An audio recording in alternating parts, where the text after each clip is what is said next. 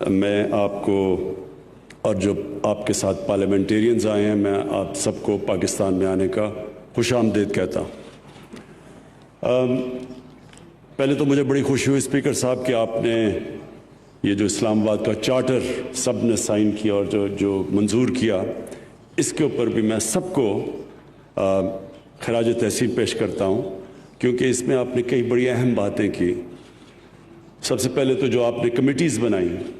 جو انکریز کریں گی، ہماری امپروو کریں گی کنیکٹیوٹی ان 10 ممالک کے اندر، اس کے لیے میں آپ سب کو اپنی خوشی کا اظہار اس لیے کرنا چاہتا ہوں کہ دنیا میں ملک ترقی نہیں کرتے، ریجنز ترقی کرتی ہیں، اور یہ کتنی بڑی ریجن ہے۔ اور میں ابھی غالباً میں نے سنا تھا، ابھی ہماری جو پیچھے بات ہو رہی تھی کہ میرے خیال میں ترکی کے اسپیکر نے یہ کہا کہ ہماری جو کمبائنڈ آبادی ہے وہ 45 کروڑ ہے۔ 45 کروڑ ایک بہت بڑی ایک ہیومینٹی کا نام ہے، جس میں بہت پوٹینشل ہے کہ اگر ہم اتنے نمبرز کو ہم صحیح معنی میں کنیکٹ کر لیں اور اپنی تجارت بڑھا لیں اور اپنے مسئلے حل کر لیں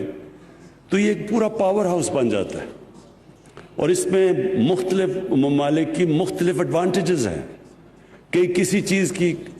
کسی میں کمپیریٹیو ایڈوانٹیج ہے، کئیوں کے پاس کسی قسم کے وسائل ہیں، کسی کے پاس ینگ پاپولیشن ہے، تو ہر جب یہ کمبائن ہو اور 45 کروڑ لوگوں کی اگر ہم اس پوٹینشل کو ٹیپ کر لیں تو یہ سب کو فائدہ ہے۔ مجھے یاد ہے ہمارے سامنے، میں جب برطانیہ میں یونیورسٹی میں تھا تو یورپین یونین ہمارے سامنے بنی تھی، تو یورپین یونین کے جو بھی ممبرز جوائن کیے، دیکھتے دیکھتے سب کی سٹینڈرڈ آف لیونگ اوپر چلی گئی، کیونکہ جب بھی آپ اکنامک کوآپریشن بڑھاتے ہیں، جب بھی آپ ریلیکس کرتے ہیں، کسٹمز کے اندر ایک دوسرے کی چیزوں کے اوپر رکاوٹیں کم کرتے ہیں، ڈیوٹیز کم ختم کرتے ہیں، تو وہ سارے علاقے کو تجارت سے فائدہ ہوتا ہے۔ تو ہمارے پاس تو ایک یہ سارے خطے کے اندر ایک بہت زبردست اپرچونٹی ہے کہ اپنی کنیکٹیوٹی بڑھا کے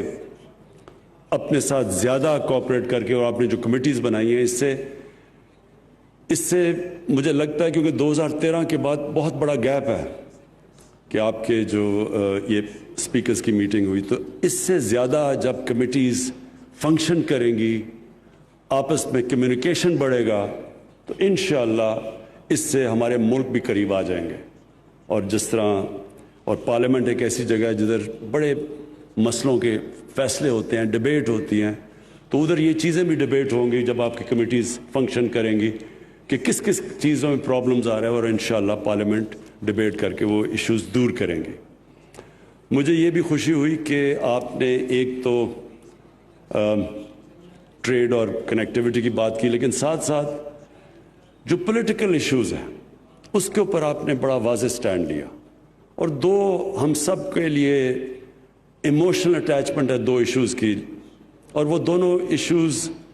ناانصافی کی وجہ سے لوگوں کے اوپر ظلم ہو رہے ہیں، کیونکہ ان کو انصاف نہیں مل رہا، ان کو جو ان کا رائٹ ہے وہ نہیں مل رہا، جو انٹرنیشنل لاء نے، جو یونائٹڈ نیشنز کی سیکیورٹی کاؤنسل کی ریزولوشنز ان کے فیور میں ہیں، ان کے اوپر امپلیمنٹیشن نہیں ہو رہی، عمل نہیں ہو رہا، تو اس کی وجہ سے بڑی تکلیف میں ہیں لوگ، ایک فلسطین میں اور دوسرا کشمیر میں۔ اور اس لیے آپ نے جو بڑی واضح طور پہ اس کے اوپر ریزولوشن پاس کی، یہ جب ایک آواز اٹھتی ہے انصاف کے لیے تو وہ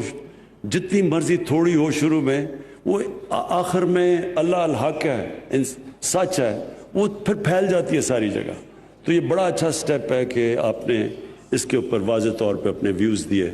کہ دونوں ریجنز کے اندر دونوں لوگوں کے اوپر ناانصافی ہو رہی ہے۔ میری آج میٹنگ ہوئی تاجکستان کے پریزیڈنٹ امام علی سے، تو تب میں نے ریلائز کیا کہ اور بھی پرابلمز ہیں جو ہمارے سارے خطے کو فیس کرتے ہیں۔ ایک ہے کلائمیٹ چینج، گلوبل وارمنگ۔ یہ جن علاقوں کے اندر